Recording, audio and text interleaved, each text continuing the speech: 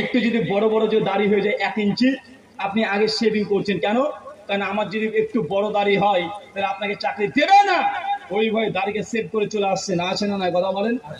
আপনার বিয়ে হচ্ছে না, যুবক তরুণ অনেকে আছে দাড়ি রাখতে বলে দাড়ি রাখে না, অথচ নামাজ পড়ে, রোজা করছে, আলহামদুলিল্লাহ ভালো। দাড়ি রাখতে বললে না ভাই দাড়ি রাখা যাবে না। কেন রাখা যাবে না? কারণও ব্যাখ্যা করতে পারে না, কিন্তু ভেতর ভেতর কারণ, এখন তো বিয়েই করিনি, দাড়ি যদি রেখে দিই তাহলে বউ ভালো পাওয়া যাবে না। আছে না? কথা বলেন। তারপর মুসলিম জাতি আজকে নবীর আদর্শের সঙ্গে নবীর আনুগত্যকে তারা পরিত্যাগ করে দিয়েছে। আপনাকে বেশি দূর যাওয়ার দরকার নেই। আপনি যে নবীর আদর্শকে মানেন না, আপনার ছেলে দেখেন চুল কেটেছে, এখানে সামনে বড় বড়, পেছনে ন্যাড়া। আছে না? নাই। তারপরে এদিক দিয়ে একটা রকেট চলে গেছে, এদিক দিয়ে একটা কামান চলে গেছে, দেখা যায় কি যায় না? আপনার ছেলে চুল কেটেছে বিরাট কোহলির মতো। কার মতো? বিরাট কোহলি। আপনার মেয়েকে ঈদের পোশাক কিনে দিয়েছেন পাখি ড্রেস, আর কত যে ড্রেস। আছে না? কথা বলেন। মানে প্রত্যেকটা জায়গায় নবীর আদর্শকে বাদ দিয়ে বেধর্মীদের, বেজাতিদের আপনি আদর্শকে গ্রহণ করেছে, তা আল্লাহ সুবহানাহু ওয়া তাআলা আপনার উপরে রহমত নাজিল করবে, কোশ্চেন কালেও নয়। আল্লাহ এই জন্য পরিষ্কার জানিয়ে দিয়েছেন, যারা নবীর আনুগত্যকে অস্বীকার করেছে, এর আগে আদ জাতি, সামুদ জাতি, এই জাতিগুলোকে ডাইরেক্ট একদম ধূলিসাৎ করে দিয়েছে মুসলিম উম্মাহ। আমরা তাদের মতো আজকে সেই দিকে হাঁটছি। আল্লাহ সুবহানাহু ওয়া তাআলা আমাদেরকে বুঝার তৌফিক দান করুক।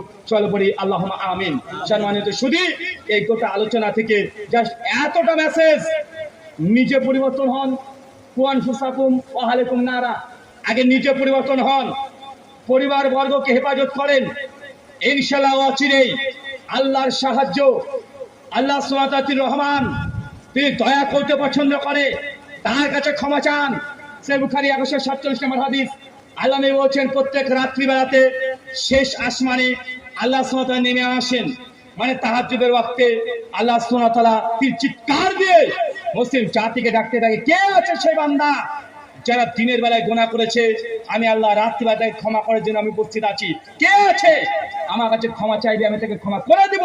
কে আছে যে রাত্রের অন্ধকারে গুনাহ করেছে, আমি সেই ব্যক্তি, ক্ষমা চাইলে ক্ষমা করে দিব।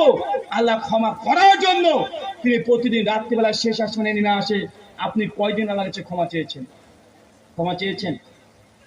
আর একটা কথা যুক্ত করে দিই, পৃথিবীতে এমন কোন গুনাহ পাপ নেই যে গুনাহ মানুষকে জাহান্নামে নিয়ে যেতে পারে। আপনি বলতেন ভাই শিরক, জি, শিরক তো মানুষকে জাহান্নামে নিয়ে যেতে পারবে না। শুধু একটা আমল থাকতে হবে আপনার। কি আমল বলেন তো? একটা, সেটার নাম কি? তওবা।